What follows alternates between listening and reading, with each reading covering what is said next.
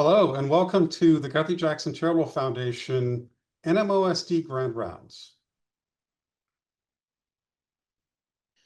We welcome everyone in attendance and remind that the Guthy-Jackson Charitable Foundation is proud to be a source of information about NMO and related conditions.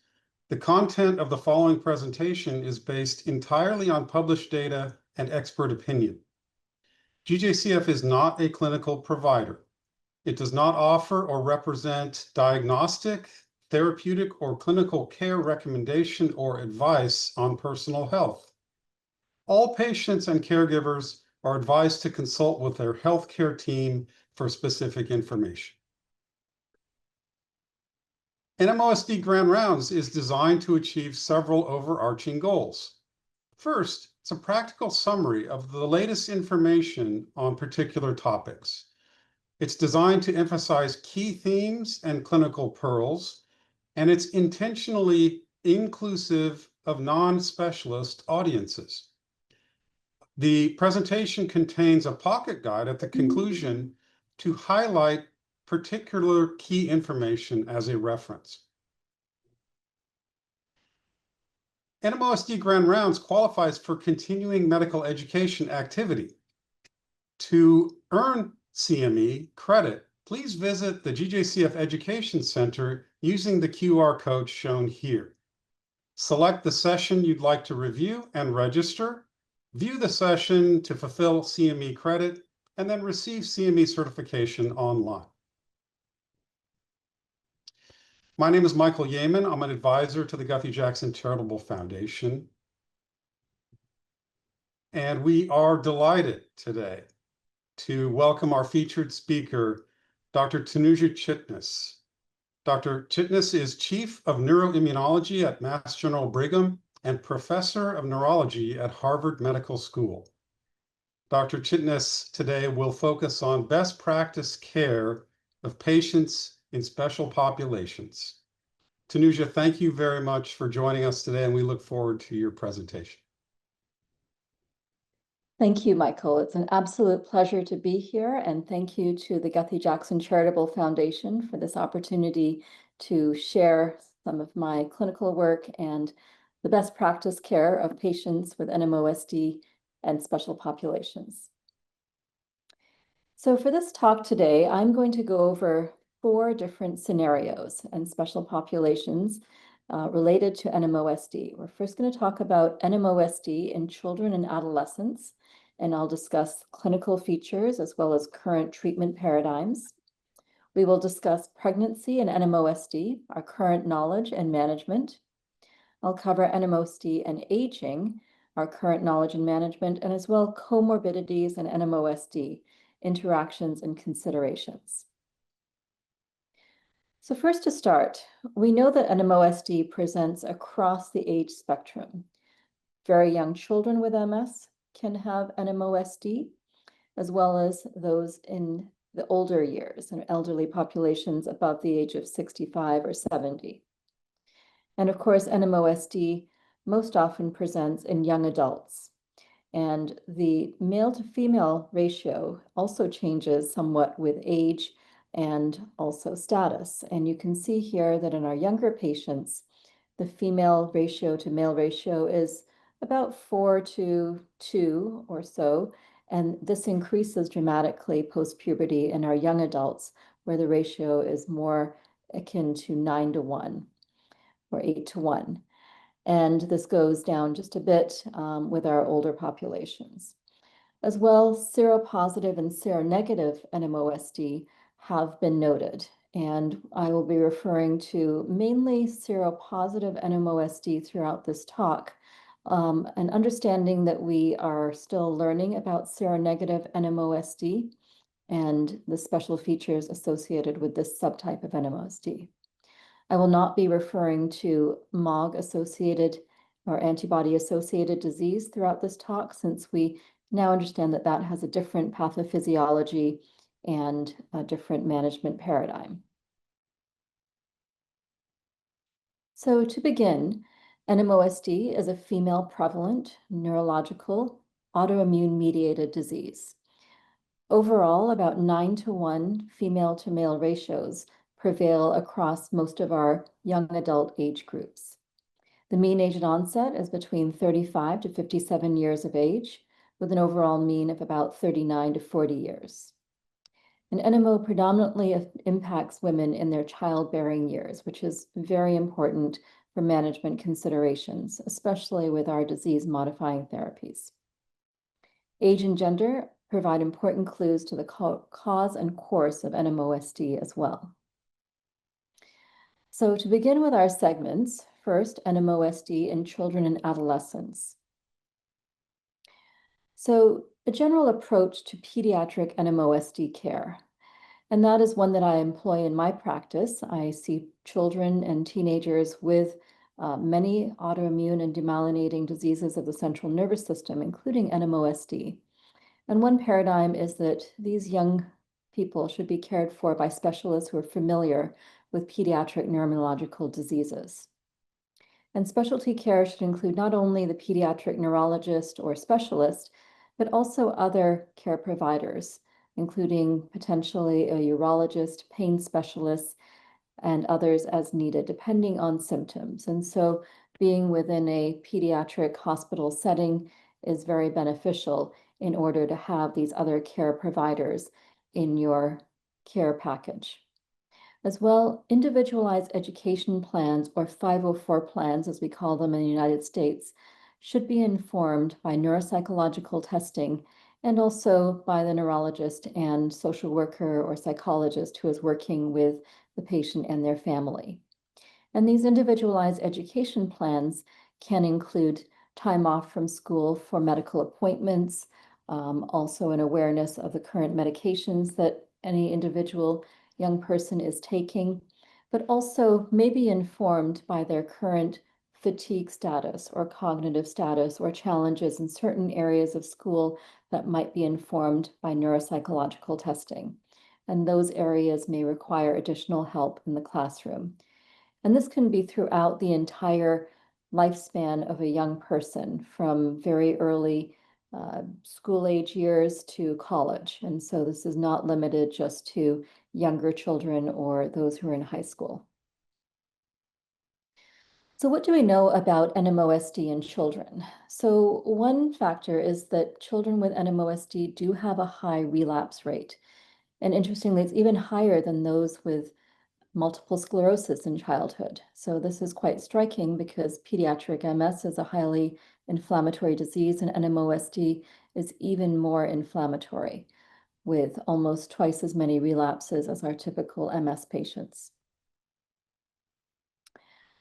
Now, it is very important to think about disease-modifying therapies early on, right away after diagnosis, and then begin to implement that as soon as a diagnosis is made. There are currently no FDA-approved treatments for pediatric NMOSD, including in younger children as well as in teenagers. However, there have been some studies comparing different treatments that are used off-label. This is a study from our U.S. network of pediatric MS centers, which encompasses over 10 centers across the United States and a large database. And here we were able to show that overall, children with NMOSD have good control and prevention of relapses with rituximab compared to other treatments that were studied here, including IVIG and mycophenolate. Now, this did not include some of the newer agents that are being studied in phase 3 and phase 4 clinical trials, and we hope to have that data soon. But at least a first line therapy for pediatric NMOSD could be rituximab. So there are several ongoing clinical trials in pediatric NMOSD. These include those of drugs that have been approved for aquaporin 4 positive adult NMOSD, including the complement C5 inhibitors, eculizumab and ravulizumab. So pediatric trials and observational studies are ongoing, as well as with the therapy satralizumab, which is an IL-6 receptor inhibitor. Again, this is approved for adults with NMOSD, and a pediatric open label study is ongoing. And also the drug inebilizumab, which targets CD19 positive B cells, and again is approved for adult NMOSD. A pediatric open label trial is ongoing. Another opportunity for children with NMOSD is to enroll in one of these clinical trials, and these are available on clinicaltrials.gov. There may be sites that are close to you who are enrolling in these studies. And that way we will hopefully have more therapies available to us in the near future.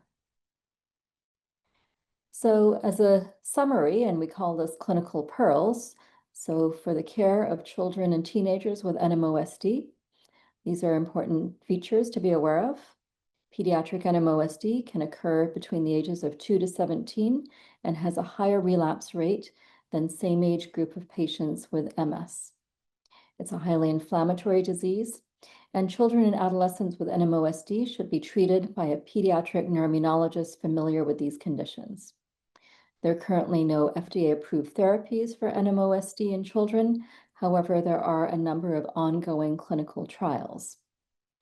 Observational studies demonstrate good control of relapses with rituximab as compared to conventional immunosuppressants.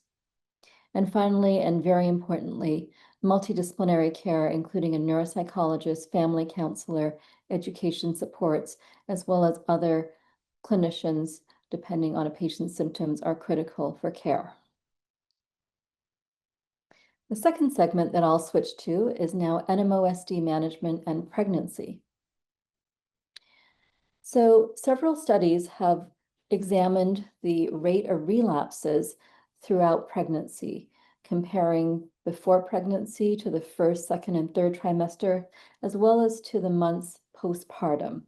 And these studies have consistently shown that postpartum in the first 0 to 3 months, patients with NMOSD are at risk or higher risk for relapses. And this is quite consistent across all of the studies. So this is a key period where we need to monitor and potentially treat patients with NMOSD to prevent these disabling attacks.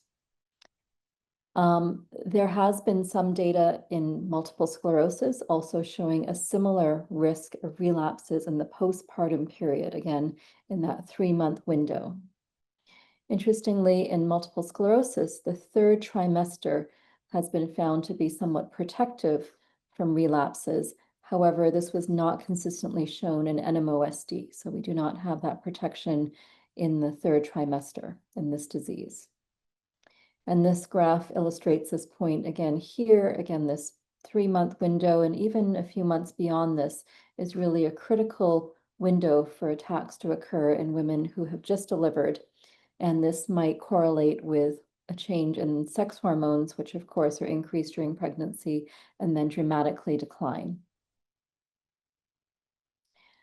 So another important feature around pregnancy and NMOSD is that there is a higher rate of miscarriage in people with NMOSD who have become pregnant. The rate is around 12.9%, and this has been shown in some small studies. However, it is a concerning factor and certainly requires high-risk OB care. The second pregnancy outcome that is important to be aware of and actively manage and monitor for is an increased rate of preeclampsia in NMOSD, which is higher than the general population at 11.5% compared to 3.2%. So again, both of these factors require that NMOSD patients who are pregnant have high-risk OB care. This has been borne out in several additional studies and is fairly consistent throughout.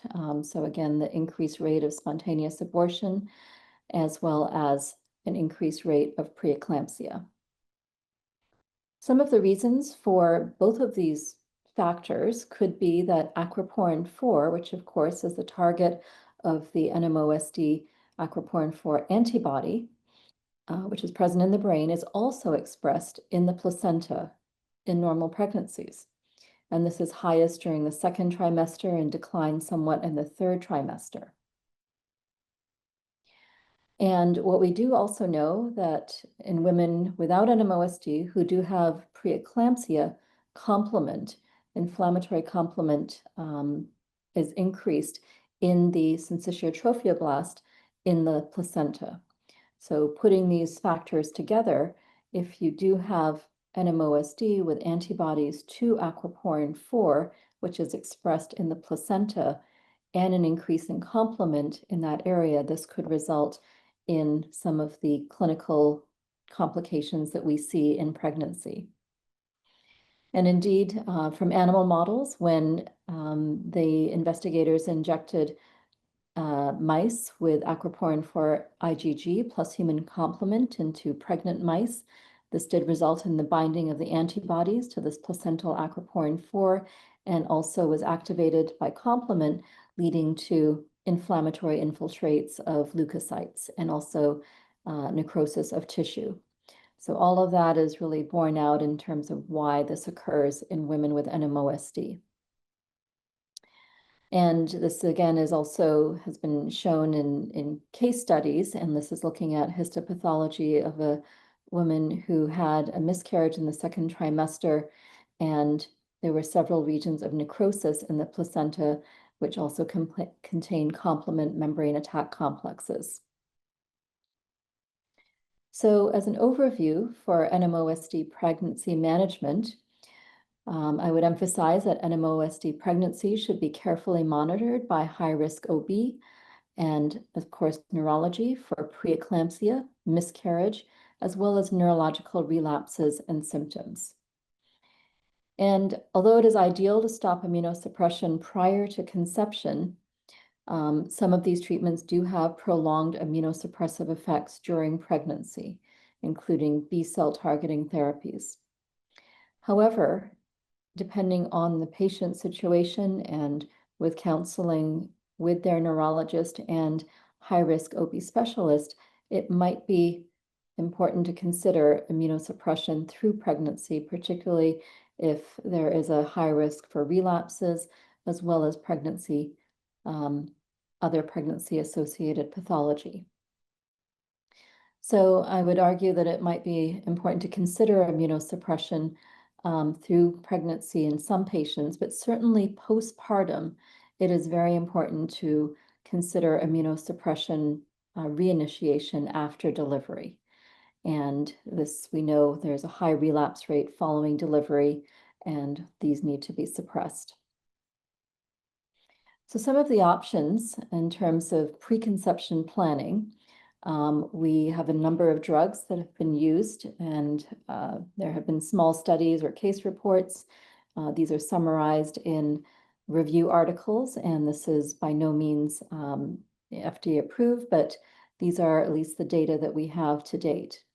There are a number of B-cell therapies that are used in NMOSD, including inebilizumab and ocrelizumab and rituximab. And the general guidance is that the last dose can be administered 2 months prior to conception. So if there's a way to plan pregnancies, then that is really the ideal, to deliver that last dose 2 months prior to conception or longer. And that will also allow for B-cell suppression throughout at least the first to second trimester, knowing that B-cells continue to be suppressed after these B-cell therapy infusions. The guidance around satralizumab, which is an IL-6 receptor inhibitor, is to dose or give the last dose 3 months prior to conception. And the same with tocilizumab, another IL-6 receptor inhibitor. In terms of the complement inhibitors, and these are C5 inhibitors, both have been approved for adult NMOSD, eculizumab and ravulizumab. It is potentially possible to continue these through pregnancy, and there have been small case series in a related disease called PNH, in which these drugs, particularly as eculizumab, has been studied throughout pregnancy and found to be safe for both mother and fetus. Again, these are small studies, and this requires discussion with the obstetrician as well as the neurologist. But it may be feasible for some women, or important for some women, to have this option. Azathioprine also has had a long-term use over many decades, and case series have demonstrated relative safety, and it is feasible to continue this through pregnancy.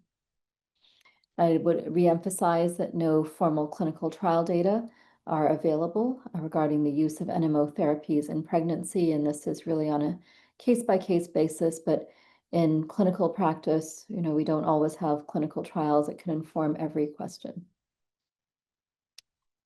So another issue that can occur is that relapses might occur during pregnancy.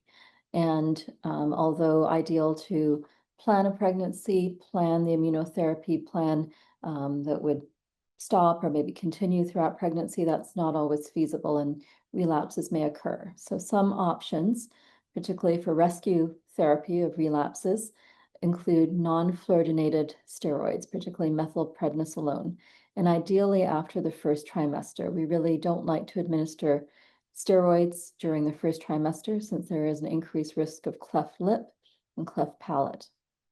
Occasionally this is not feasible or it must be administered, but ideally after the first trimester, these are well tolerated and relatively safe. Plasmapheresis is also an option, especially for very severe relapses. And other considerations include initiating a disease-modifying therapy for women who are experiencing relapses through pregnancy and are considered high risk. So again, a C5 or complement inhibitor, ravulizumab or eculizumab, or azathioprine. In terms of postpartum management, so we've emphasized that we should restart a disease-modifying therapy as soon as possible, and there are multiple available. However, one of the considerations, of course, is breastfeeding. And so principles around management of breastfeeding is to avoid use of small molecules during breastfeeding and, really to avoid breastfeeding in that situation. There is emerging data that monoclonal antibodies may not cross into breast milk, and there is evidence in multiple sclerosis that ocrelizumab does not cross into the breast milk. So it has not been fully tested yet in NMOSD, whether the currently approved therapies, FDA-approved therapies, do cross into breast milk. It is feasible that monoclonal antibodies do not cross. A very conservative approach could be to restart a monoclonal antibody and then pump and dump for 48 hours after an infusion, and then potentially reinitiate breastfeeding. So that is another potential approach. So just in summary, our clinical pearls for pregnancy and NMOSD. NMOSD is associated with an increased rate of preeclampsia and miscarriages and requires high-risk OB care as well as neurological care throughout the pregnancy and the postpartum period. Preconception DMT planning is critical, and B-cell depleting therapies may be dosed up to 2 months prior to conception, and complement or C5 inhibitors may be continued through pregnancy in select patients. Non-fluorinated glucocorticoids and plasmapheresis may be used during pregnancy for acute attacks, and monoclonal antibodies may not cross into breast milk, and so it might be feasible to breastfeed with a DMT, a monoclonal antibody DMT on board. And lastly, further studies and ongoing pregnancy registries are required to identify specific risks of DMTs to both mother and baby. So the third segment I'll turn to is NMOSD and aging. So one of the questions that often comes up, especially since this disease affects women disproportionately in about an 8-to-1 or 9-to-1 ratio, is what happens with menopause. There have been some studies that have looked at menopause in association with first symptoms and found no association, in fact. So NMOSD does not tend to start before or after menopause disproportionately. It is unclear if hormone replacement therapy increases the NMOSD relapse rate in menopause, and that is an area of study and a very important area, since we do know that sex hormones, particularly estrogens, can change the immune system to be more active or more pro-inflammatory. So this is an important consideration, and ongoing registries and natural history studies should be able to solve or understand this question in the near future. Interestingly, in studies that have looked at rates of seropositivity or aquaporin-4 antibody seropositivity, have found that this increases in females in particular after the age of 50. And so there may be an interaction with aging, potentially with hormonal changes that occurs particularly in females who are older. And so there is this increased rate of antibodies, and I think we would also like to understand if this translates into changes in relapse rates.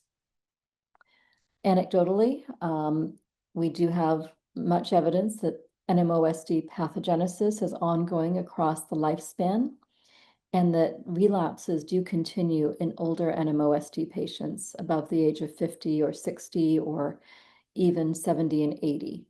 And so it is not a disease that stops or reduces in relapse rates, unlike multiple sclerosis. So the consensus is that aquaporin-4 positive NMOSD requires continued disease-modifying treatment throughout the lifespan. And so this does bring up the question of how do you manage disease-modifying therapies, especially our strong immunotherapies, in older NMOSD patients, and how to mitigate the risk, particularly of infections or other side effects and complications associated with some of these immunotherapies. Another comorbidity or issue that arises in our older NMOSD patients is that there is an increased risk of dementias, and this includes Alzheimer's disease as well as vascular dementia. Aquaporin-4 has been shown to be important, particularly in astrocyte pathology, also around blood vessels, and also important in Alzheimer's pathogenesis. And so it might not come now as a surprise that we do see increased rates of vascular as well as Alzheimer's disease in NMOSD patients. And this should be considered and screened for, especially if patients start to complain of cognitive decline. And working with your dementia specialists, your neuropsychologists, would be an important addition to care. So finally, NMOSD and comorbidities. So how can we think about comorbidities and the management of our patients? We know that type 2 diabetes overall has an increased incidence in patients with NMOSD, and probably not as a surprise since steroids are often used or administered alongside some of our immunotherapies. Hip fractures also are increased, and again, not a surprise and possibly associated with increased steroid use. Ischemic strokes are increased in NMOSD, and although the pathogenesis might be multifactorial, there may be a role, again, for aquaporin-4 in that pathology. Parkinson's disease is also increased in NMOSD. And so in our patients, we must be aware of all of these other potential issues and work with our care partners and other subspecialists if there is a suspicion of any of these conditions.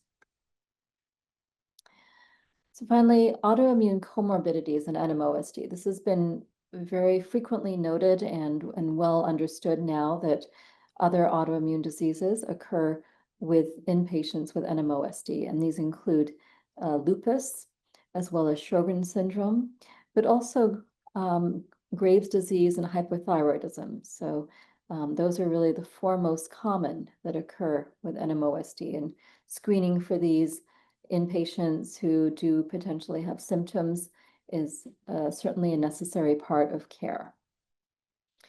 We also know that other autoimmune comorbidities occur with NMOSD, maybe not quite as frequently, but some of the additions include autoimmune encephalitis, inflammatory bowel disease, sclerosing cholangitis, Raynaud's syndrome, and it is also feasible that other autoimmune comorbidities, which are not listed here, might occur in patients.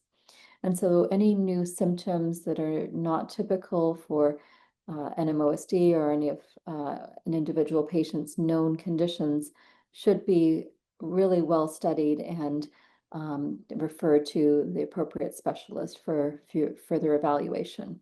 So always consider an autoimmune comorbidity may be the cause of a new symptom.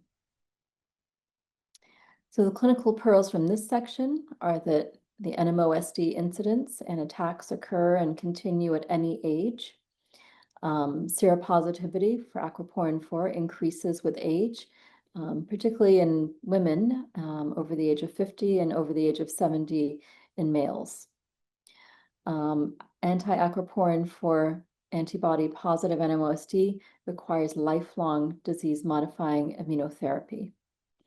And NMOSD can be associated with an increased risk of comorbidities, including dementia, type 2 diabetes, fractures, osteoporosis, as well as autoimmune syndromes, including thyroid disease, lupus, and Sjogren's, as well as others.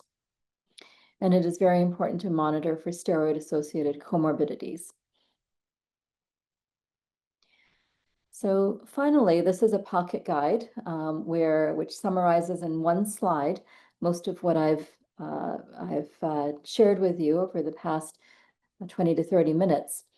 And, just as a quick summary, so thinking about our younger patients, so pediatric NMOSD can present with about a 2-to-1 female to male ratio. There are currently no FDA-approved therapies. However, several clinical trials are ongoing. And currently, the best therapy that we think works well based on open label studies and observational studies is rituximab. This, of course, is off-label use. Comorbidities can include all of the issues that occur with NMOSD, but particularly important to pay attention to the young person's psychosocial status. And in terms of multidisciplinary care, it's important to involve education specialists, a neuropsychologist, family counselor, urologist, rehabilitation, pain management as needed, but really thinking about holistic and multidisciplinary pediatric care, as well as potentially an education plan for school. In the adolescent, the incidence in females increases compared to males. And again, we don't have FDA-approved therapies. The same paradigms apply with rituximab and also the same care providers. In adults, this becomes a much more female prevalent disease. Fortunately, we do have now 4 FDA-approved therapies: eculizumab, inebilizumab, satralizumab, and ravulizumab. However, it's very important to consider comorbidities, including other autoimmune diseases, especially for unexplained symptoms, also type 2 diabetes. And then important to consider and incorporate into the multidisciplinary care team, rehabilitation specialists, urology, and endocrinology. In our pregnant patients, we might consider for ongoing therapy during pregnancy, eculizumab in high-risk patients. And of course, the comorbidities are spontaneous abortion and preeclampsia, as well as a high risk of relapses postpartum. So again, very important to manage those relapses postpartum and restart a DMT with some guidance around breastfeeding. And especially important to involve high-risk OB in all of our pregnant NMOSD patients. In our elderly patients, the female-to-male ratio decreases slightly, but again, we must balance the use of FDA-approved therapies with the risk of infection and comorbidities. But it does continue, relapses do continue in the older age group. They don't stop, unfortunately, and it's important to be on a DMT because these relapses can be debilitating. Some of the comorbidities to consider are osteoporosis, hip fractures, stroke, dementias, type 2 diabetes, and Parkinson's. And again, multidisciplinary care with all of our providers, rehabilitation, urology, endocrinology, neuropsychology, potentially our colleagues in the dementia clinic might be important to incorporate. So I'll now turn to the Q&A section and invite Dr. Yeaman to come back. Dr. Chitnis, thank you so much for an excellent overview of these important topics in special population care for NMOSD. There are a few questions we'd like you to entertain, if you would, please. The first one, sort of in addition to the points that you've made overall, are there special tips or features that you might suggest regarding your treatment approach to pediatric NMOSD? Yeah, Michael, thank you very much for that question. And, as I do run a pediatric neuroimmunology clinic, I do have the opportunity to see some children with NMOSD presenting in their younger years. And I think one just important consideration is involving the entire family in that conversation around treatment and management. And not only parents, but also siblings and others need to be, often they feel a little left out if they're not involved in the care of this young person who is suffering from a very serious disease. The other is also thinking around treatment adherence, and particularly in our teenagers and young adults. And although most of the therapies are infusion therapies, this sometimes can fall by the wayside when life gets busy, and it's very important to keep up with these infusion schedules and also think about how to transition care from the teenager to their young adult years, when they often can fall off the wagon and not make their follow-up appointment for infusions or neurology visits or others. So that is a really important period to consider. Sorry, go ahead. I'm sorry. I think, overall, we hopefully will have more data and information about disease-modifying therapies of different types available in pediatric NMOSD soon. And however, rituximab is a first-line therapy that I use in these children, and overall, there's been a fairly good treatment response. Before we go to the next question, Tanuja, I wonder if you just might want to comment on, the concept that, some sort of see pediatric patients as just small adults. But of course, that's really not correct. And the whole idea of pharmacologic and other aspects are quite different in peds patients. Yes, Michael, and that's a very important topic. And, certainly that is why we do need appropriate dosing studies in the pediatric population to understand the right dose.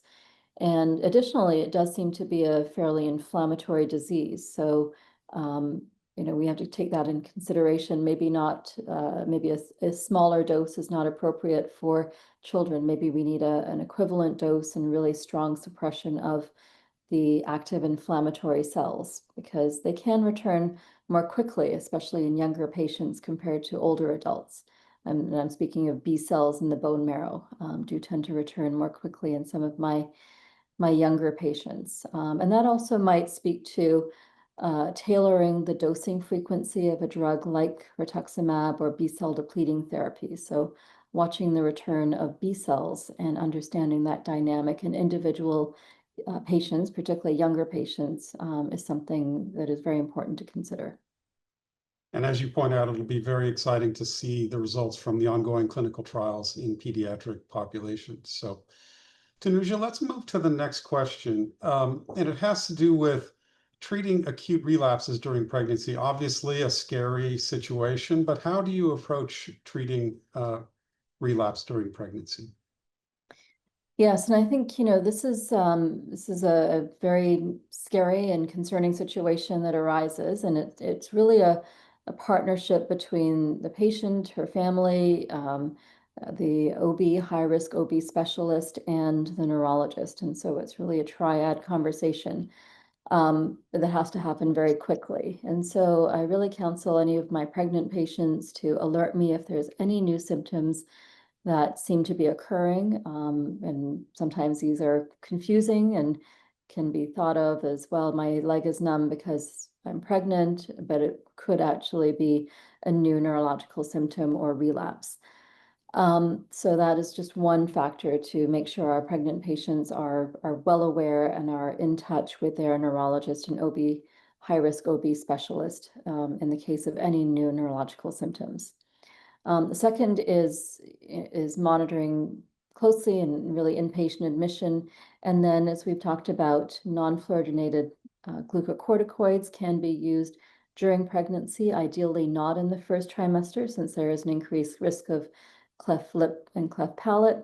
But occasionally it must be administered because the relapses can continue, and this could lead to comorbidities not only for the mother, but also for the fetus. And it's relatively safe to use glucocorticoids in the second and third trimester, and these could be supplemented with plasmapheresis. The other factor is if relapses are occurring, and one has occurred during pregnancy, and maybe this patient had not been on a prior disease-modifying therapy or is a particularly highly active patient, then you might consider actually starting a treatment even during pregnancy. So one of the complement inhibitors or potentially azathioprine. So I think those are all very feasible approaches, and although scary and there is some risk involved, and unfortunately, the data is forthcoming, we do have some options. Great response, Tanuja. A lot of information there. And a related question is next, and it has to do with continuing treatment during pregnancy. You pointed out that we've learned about certain types of therapeutic regimens from other diseases, use in other diseases. And of course, there are patients who have become pregnant on a therapy that may not have intended to become pregnant, et cetera. So there is experiential sort of information regarding use of therapies during pregnancy. But could you just comment a little bit more on continuing disease-modifying therapy during pregnancy? Yes, Michael, and I think this is, depending on the class of therapy, it is more or less, we have more or less data around continuation and what are the optimal paradigms. So with B-cell therapies, again, ideally stopping 2 months prior to pregnancy. And in those patients, I would continue to monitor their B cells throughout pregnancy, and especially in each trimester. And if I start to see a return, although it's not necessarily a reason to restart B-cell therapy, that might just heighten my vigilance and monitoring for any neurological symptoms. Hopefully we get through the pregnancy on the B-cell therapy that was stopped 2 months prior. But occasionally it might be necessary to redose during pregnancy.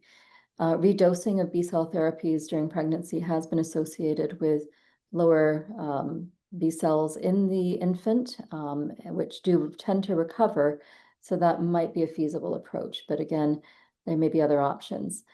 The option that I think is a bit more ideal and also might affect some of the other comorbidities and issues that occur during pregnancy is the C5 inhibitors, and particularly eculizumab.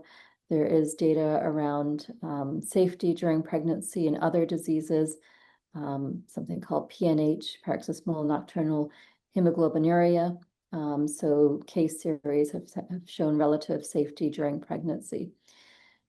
Interestingly, with the other comorbidities and issues of spontaneous abortion, as well as preeclampsia during pregnancy, we don't know yet, but there may be a reduction, at least biologically it's feasible, a reduction in complement might lead to a reduction in those comorbidities. So I'd be very interested in understanding that question from our ongoing registries. So in a woman who is high risk for relapses, for those complications of pregnancy, maybe they had a prior pregnancy with those complications, I would consider a complement inhibitor.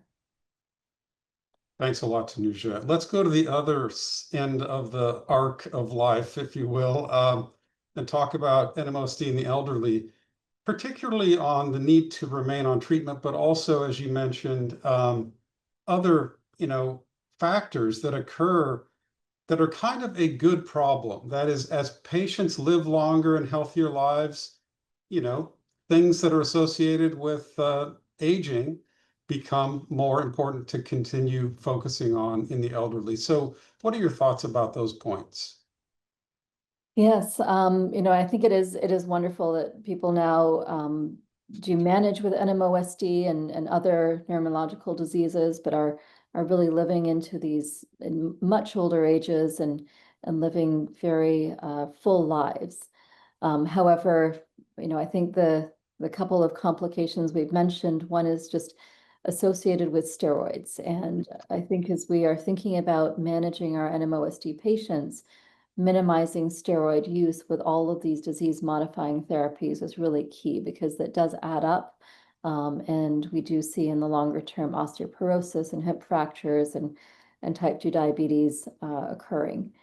And this could be managed, and certainly with the help of endocrinology, good vitamin D supplementation, calcium supplementation, and potentially some of the newer therapies for osteoporosis management should be considered. But also there may be a role for exercise and working with our physical therapists and instituting the appropriate exercise regimen for our elderly patients to ward off those comorbidities is also another important consideration. I think in terms of the increased risk of dementia, this is obviously very concerning and a very challenging issue.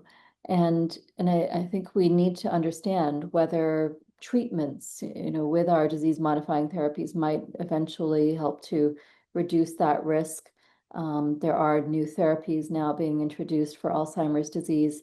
So we'll see what the opportunities are there in patients with NMOSD, especially who may be receiving dual treatments in the future. The other sort of comorbidity and, I think is really just aging with this disease and our lowered immune system and infection risk. And so we know that UTIs are common across NMOSD patient age groups, but these do tend to increase in elderly patients with other, just even run-of-the-mill comorbidities, prostate issues or older women with menopause. So UTI management and seeing a urologist and preventing urosepsis is really very, very important, as well as other infections. So having a good connection with your PCP and being able to treat immediately or also refer to a specialist if that is needed for infection management. Thanks, Tanuja. And that kind of bridges to the last question, which has to do with an excellent point which you have made, and that is, risks for comorbid diseases change over time and with age. And you, I think, really emphasized that in a beautiful way in the special populations. Any final comments about comorbidities, particularly autoimmune comorbidities, and, for example, patients who might need treatment for other autoimmune diseases in context of NMOSD? Yeah, this is a very important question, Michael. And I think, we are seeing more and more the comorbid autoimmune diseases with NMOSD. And some of these are treated and can be managed with one drug that maybe has been approved for NMOSD or is used commonly, but sometimes a second drug is required, another immunotherapy, which might be acting in synergy or it might be acting at cross purposes. So I think thinking about the mechanisms of a second immunotherapy for this comorbid autoimmune disease, along with your NMOSD treatment, is very important. And how do these two interact? Do they cause very profound immunosuppression? Do they put the individual at risk for more infections or other side effects? So we have to really carefully think about managing two autoimmune diseases or potentially more. Hopefully there's one therapy that does it all. Otherwise, we may be looking at dual or triple immunotherapy, which has been done in other by other specialties. Our rheumatology colleagues have a fair bit of experience in that. But I think we need to think about this very carefully and maybe even consult with immunologists if we are thinking about dual or triple therapies. Dr. Tanuja Chitnis, thank you so much for your experience and your expertise in covering these really important topics. Thank you so much. My pleasure. Thank you. We'd like to remind the attendees of this presentation that it does qualify for continuing medical education activity. To earn CME, please visit the Guthy-Jackson Charitable Foundation Education Center using the QR code shown here. Select the session you'd like to review, register, view the session to fulfill CME credit, and then receive CME certification online. We're pleased to update the NMOSD Grand Rounds schedule. You can see many excellent presentations have already been made. The next upcoming Grand Rounds will focus on evaluation and optimizing patient visual health. That will be presented by Dr. John Chen of the Mayo Clinic.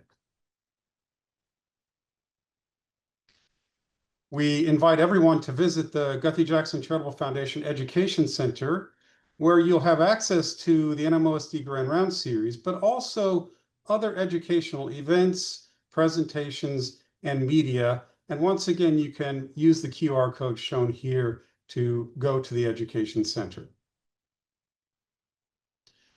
We are very appreciative that this activity is supported by educational funding provided by Alexion.